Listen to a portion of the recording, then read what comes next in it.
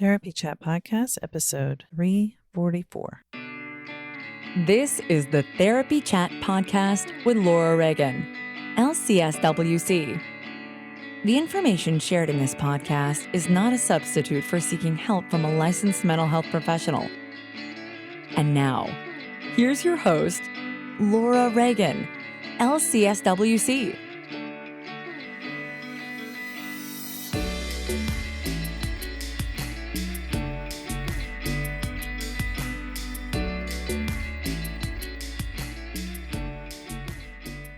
This week's episode is sponsored by Therapy Notes, the #1 rated electronic health record system available today. With live telephone support 7 days a week, it's clear why Therapy Notes is rated 4.9 out of 5 stars on Trustpilot and has a 5-star rating on Google. Therapy Notes makes billing, scheduling, note-taking, and telehealth incredibly easy. And now, for all you prescribers out there, Therapy Notes is proudly introducing ePrescribe. Use coupon code CHAT or click the link in the show notes to get 2 free months at therapynotes.com.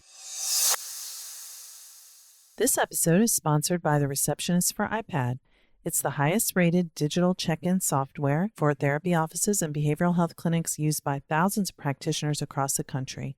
Sign up for a 14-day free trial of the Receptionist for iPad by going to thereceptionist.com/therapychat.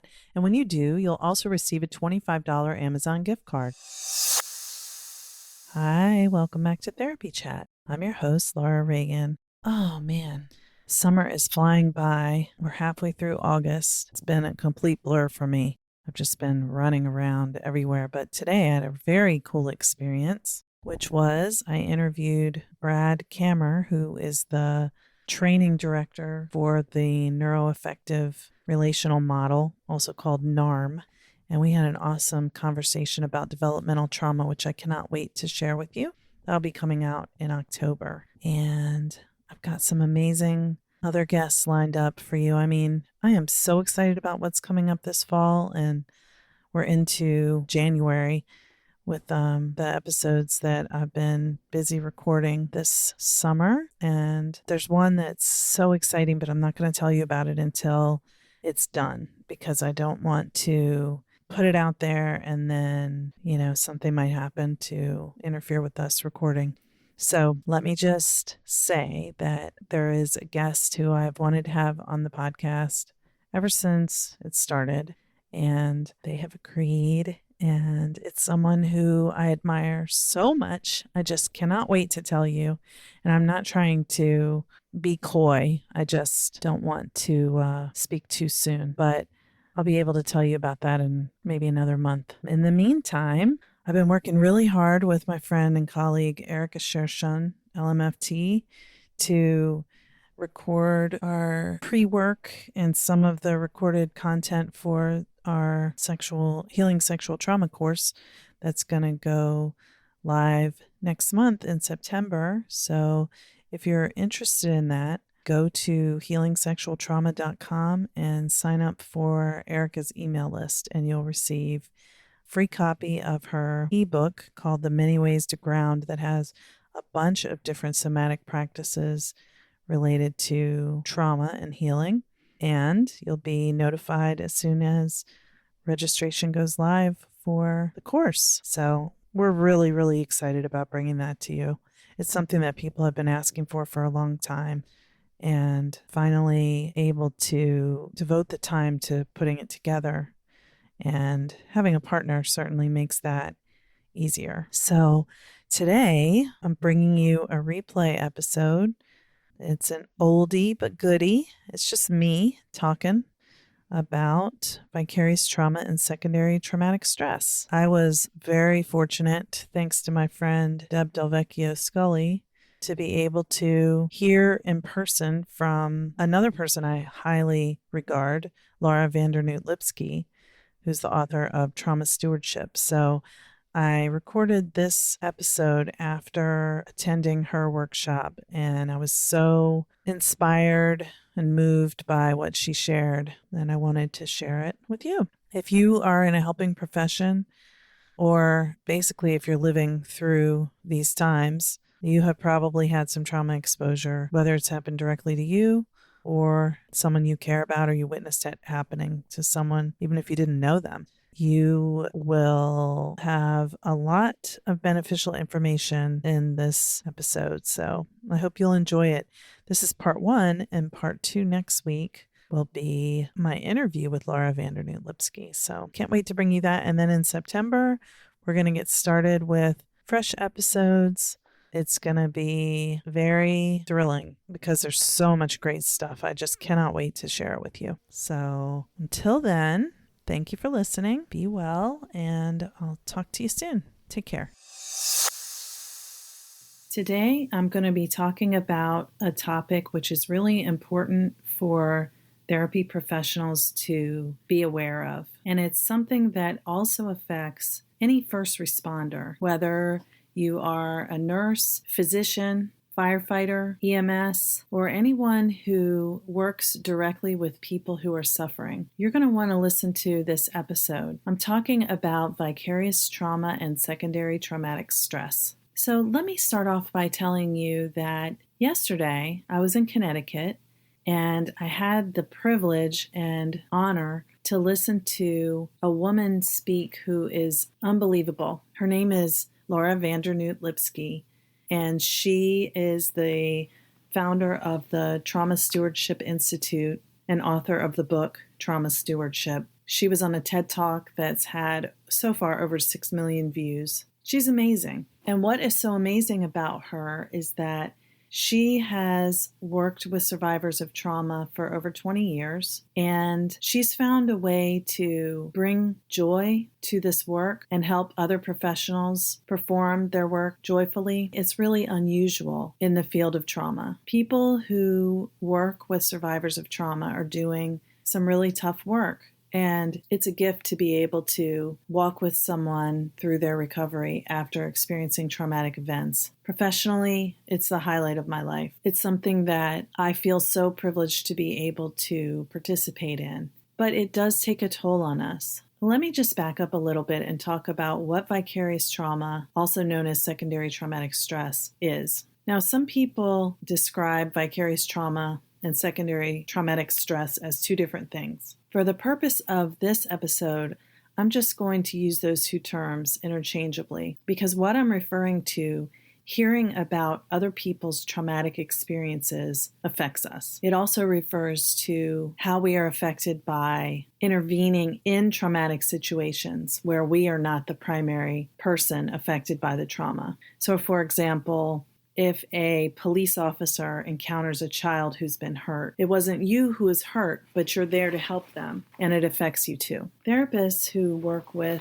survivors of trauma, we bear witness to our clients' stories. We may hear several horrifying stories throughout a given day, and we need to be aware that that has an impact on us too. When I started in this work, I thought that if I were strong and a good professional, I wouldn't be affected by hearing traumatic stories or seeing traumatic things. But that's silly. Everyone is affected in some way by experiencing or witnessing human suffering. The very empathy that we bring to our work, where we try to put ourselves into someone else's shoes and understand what that was like for them, is what makes it potentially harmful to us to hear those stories. So my message here is not that doing trauma work is a bad thing. In fact, it's such a very good thing. It's such an honorable thing. It's brave. It's important. I want to make the world a better place. And I know some people might laugh at that and say, get over yourself. But every person can do their part to make the world a better place. And the way that I try to do that is in my work with people who've experienced trauma. So now, getting back to vicarious trauma and secondary traumatic stress. Repeated exposure to traumatic material takes a toll on people who do this work. So what can we do about it? Laura Van Dernoot Lipsky, yesterday, in speaking to a group of professionals about her work with trauma stewardship, talks about small ways that we can lessen the impact of hearing about traumatic experiences in our work. Now, if you remember in episode number 22, when I interviewed Ashley Davis Bush, author of Simple Self-Care for Therapists, she talked about micro self-care, small things that we can do throughout a day to increase our self-care that take minutes. And that's what Laura Van Dernoot Lipsky is talking about too. She speaks about mindfully checking in with yourself throughout a day to find out how you're feeling, what's happening in your body, and having an intention about using positive coping methods like, am I numbing? And what Laura said is, it's not really a question of if you're numbing, it's how much are you numbing? Because we all do it, all humans. So if you look at it like that and you just ask yourself, when am I numbing? Why am I numbing? How am I using numbing? I'll give you a great example. Facebook. I can get sucked into Facebook so easily for an hour.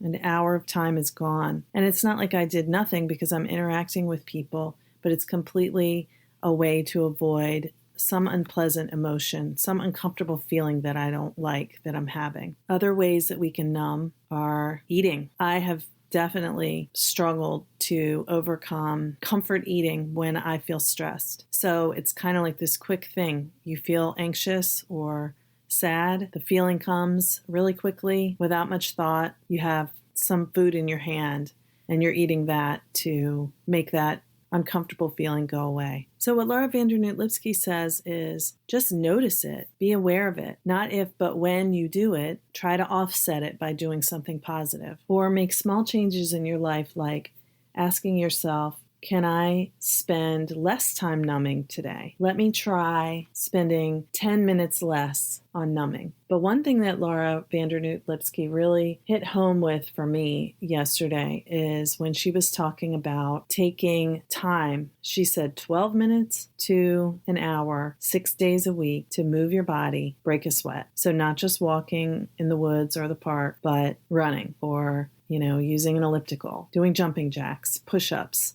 wind sprints. I mean, there's a million things you can do. Riding a bike, things that really get your heart rate up for at least 12 minutes, 6 days a week. And one of the things I struggle with is making time to work out. But she challenged us that if you can't do it, what are you doing that's getting in your way? And I knew right away, I make myself so busy that I don't give myself time to work out. But when I work out, I feel so great. And when I don't work out, I feel so crappy. And it's not about body image or weight loss. Emotionally, I feel great when I work out. In fact, every time I work out, I'm like, I want to do that again soon.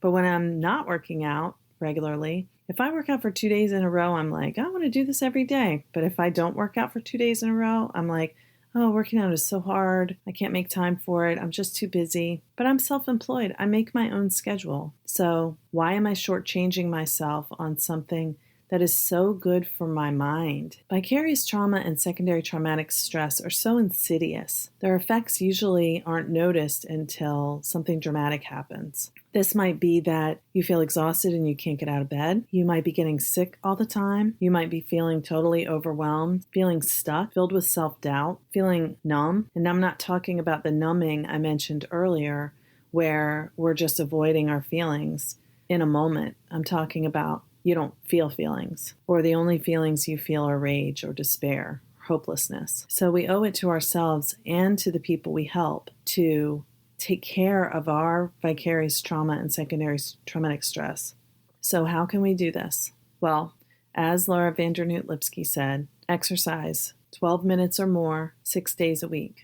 I'm going to do that. I'm telling the world right now here on this podcast that I'm going to make time to work out at least 12 minutes, 6 days a week, starting with today. And I have a head start because I already went to the gym this morning. But it was that commitment I made to myself after hearing her talk yesterday that made me get out of bed and go take a kickboxing class this morning. And I felt so great. I was so glad I did it. When I was in the class, which was grueling, and I was watching that clock like a hawk, I said to myself, time goes by, an hour can fly by when I'm on Facebook. This hour is going by slow. But you know what? If I were sitting home and scrolling through Facebook for that hour, I didn't gain nearly as much from that, or I wouldn't gain nearly as much from that as I did from that hour at the gym. And I feel strong. I feel physically strong. I feel mentally strong. I feel emotionally strong. I think about the things I want to get done today, and I'm like, yeah, I can do that. So starting with exercise, that's the first thing I'm going to do differently. So how can we take care of our vicarious trauma and secondary traumatic stress? How can we lessen the impact of hearing and seeing traumatic things that happen to other people in our work. Regular exercise. Another thing that comes with trauma is isolation. It can be a nice thing to be like, I'm so proud that I do something that other people can't do. When you work with trauma, if you're an ICU nurse or someone who works with hospice care or someone who works in a sexual assault crisis center or domestic violence shelter or someone who helps immigrants and refugees or works with children who've been abused, there's so many different ways that we can work with trauma. Being a firefighter, police officer, nurse, doctor, so many ways. Running a group private practice has been a challenging and rewarding experience, and one thing that has made it so much easier is Therapy Notes. Therapy Notes makes billing, scheduling, note-taking, and telehealth incredibly easy. If you're coming from another EHR, like I did, Therapy Notes makes the transition incredibly easy, importing your demographic data free of charge so you can get going right away. My team has found Therapy Notes very easy to learn. It's intuitive. The customer support is second to none. And that's one of the things that has kept me a Therapy Notes customer for several years now. Anytime I've needed to contact Therapy Notes for help with an issue I couldn't figure out on my own, I've been able to get through to someone and resolve the issue within 15 minutes, 99% of the time. Find out what more than 100,000 mental health professionals already know. Try Therapy Notes for 2 months, absolutely free. Just click on the link in the show notes or enter the promo code CHAT at therapynotes.com. Therapists, has this ever happened to you? You're sitting with a client in the thick of a therapy session, fully focused on the important work that's happening between you and the client. Suddenly, 30 minutes into the session, from down the hall you hear the door to your office suite open. You and your current client were the only people in the suite, but now someone has come in. You're distracted from your current client as your anxiety shoots through the roof. Is it your new client who's scheduled to meet with you in 30 minutes? But your current session has 20 more minutes to go and you don't want to interrupt this client's process to go check on who's there. Are they wandering through the suite looking for a receptionist? Is it a delivery person here to drop off a package that needs a signature? Are they about to come knocking on the therapy room door? Is it your neighbor from across the hall dropping off a piece of your mail that was left at their address? You hear the door close. Did they leave? This has happened to me so many times over the years. As I anxiously anticipated this session with the new client, I would worry they were feeling anxious or abandoned because they weren't greeted when they got to the office. Now you don't have to worry, and your clients can relax too, knowing that you have a discreet, stress-free way for them to check in when they arrive for their appointment. The Receptionist for iPad is a simple, inexpensive way to allow your clients to discreetly check in, to notify providers of a patient's arrival, and to ensure your front lobby is stress-free. The software sends an immediate notification to the therapist when a client checks in and can even ask if any patient information has changed since their last visit. Sign up for a 14-day free trial of the Receptionist for iPad by going to thereceptionist.com/therapychat. And when you do, you'll also receive a $25 Amazon gift card. And when we do that work and you go to a party and you meet a new person and they ask, so what do you do? And you tell them, and 9 times out of 10, the reaction is, wow, I can't imagine doing that work. That's amazing. You're so brave. Or how do you do that? It seems like that would be really hard. And it is hard. And there's pride in being able to do that. There's pride in being able to be someone who turns toward someone who needs help instead of running away when there's something terrible happening.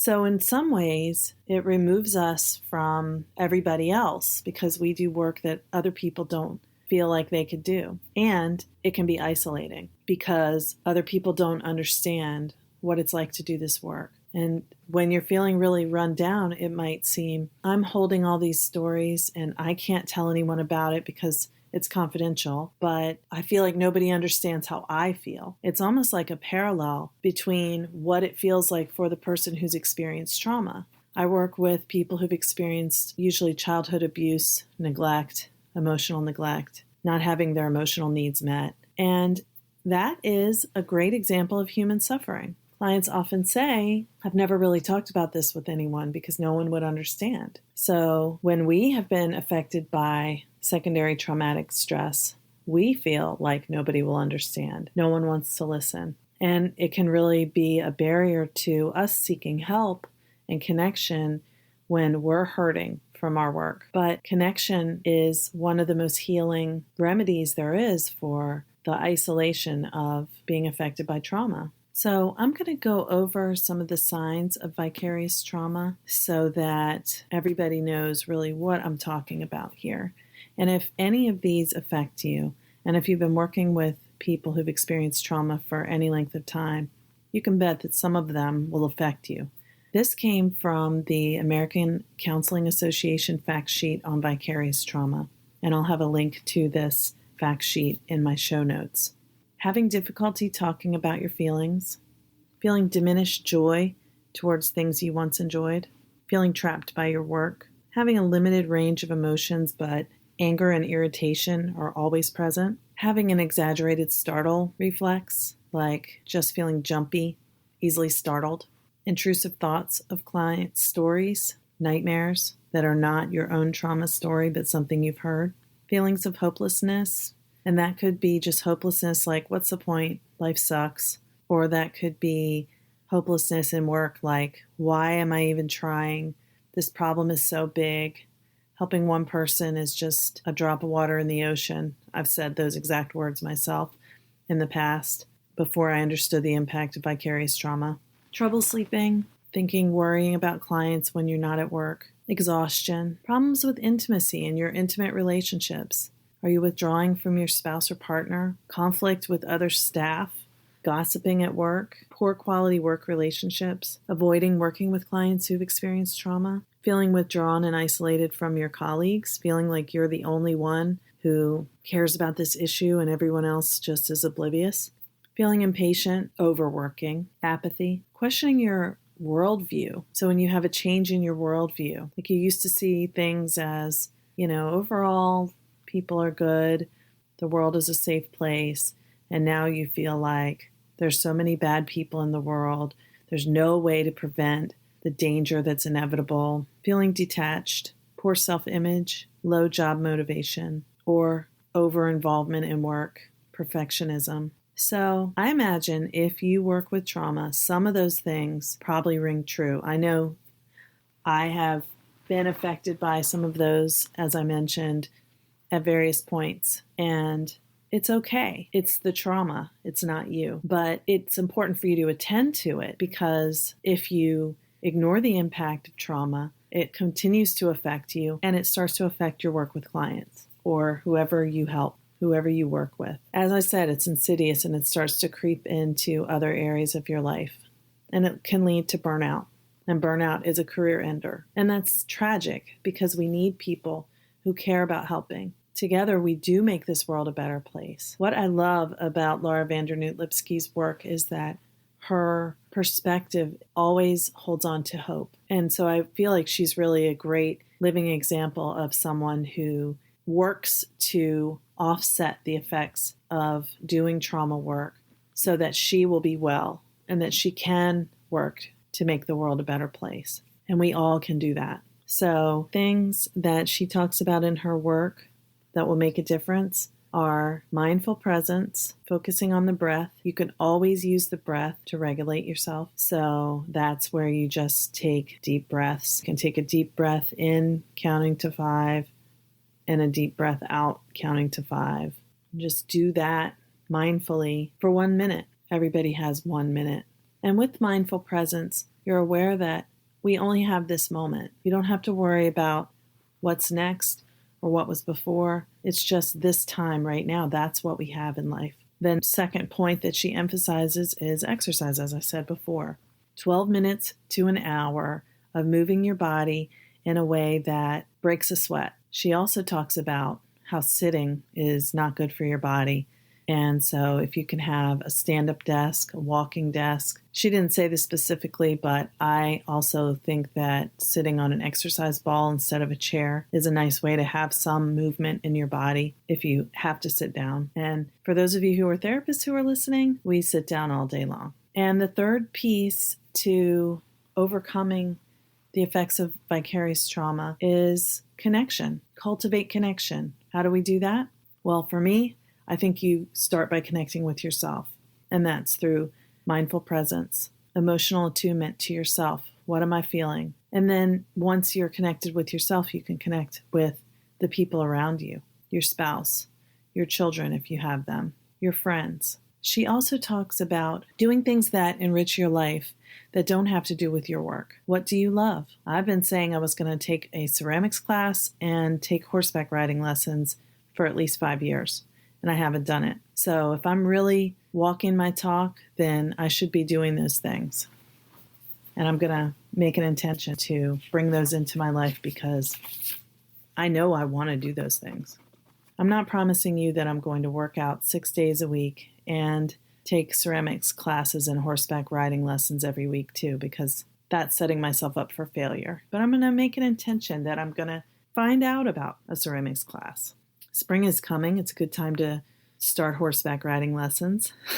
There's a lot of talk about the positive effects of being around horses. And that's why I want to do that. So you'll probably hear me talking in the future about how great it is to be around horses and how much I've gained from my horseback riding lessons. I hope so. So the 4 main points I'm going to make about how to overcome vicarious trauma are: 1, increase your mindful presence and focus on the breath. 2, increase your exercise. Do you think you can make time to work out 12 to 60 minutes 6 times a week? 3, connection. Connection with yourself, your colleagues, your partner, your family, your friends. That's the opposite of isolation. It's very healing. And then the 4th thing is cultivating creativity and joy through those things that you love doing, things that really nurture your soul. Spirituality can be part of that. Actually, I'm going to add, and this is definitely part of trauma stewardship, making meaning. For me, I hear a lot of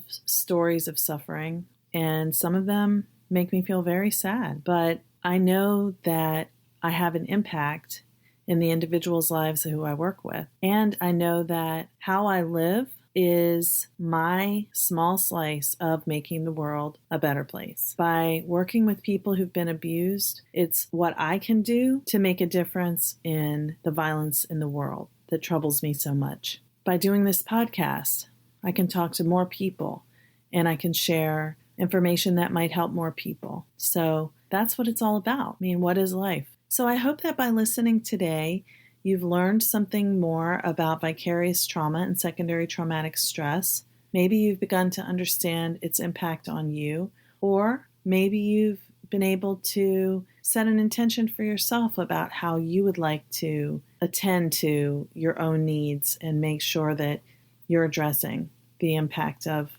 this important work we do. Stay tuned for me to talk about an opportunity for professional consultation for therapists to prevent or lessen the impact of vicarious trauma. I'll be talking more about that in the future. And I'll be telling you all about how great I feel with my 6 days per week of working out. Hopefully you found some inspiration here. Thanks for listening to Therapy Chat. Thank you to Therapy Notes for sponsoring this week's episode. I do love Therapy Notes. It's such an asset to my business and makes my job as a practice owner and a therapist much easier. Try it today with no strings attached and see why everyone is switching to Therapy Notes, now featuring ePrescribe. Use coupon code CHAT or click the link in the show notes to get 2 free months at therapynotes.com. This episode is sponsored by the Receptionist for iPad. It's the highest rated digital check-in software for therapy offices and behavioral health clinics used by thousands of practitioners across the country. Sign up for a 14-day free trial of the Receptionist for iPad by going to thereceptionist.com/therapychat. And when you do, you'll also receive a $25 Amazon gift card. Thank you for listening to Therapy Chat with your host, Laura Reagan, LCSW-C. For more information, please visit therapychatpodcast.com.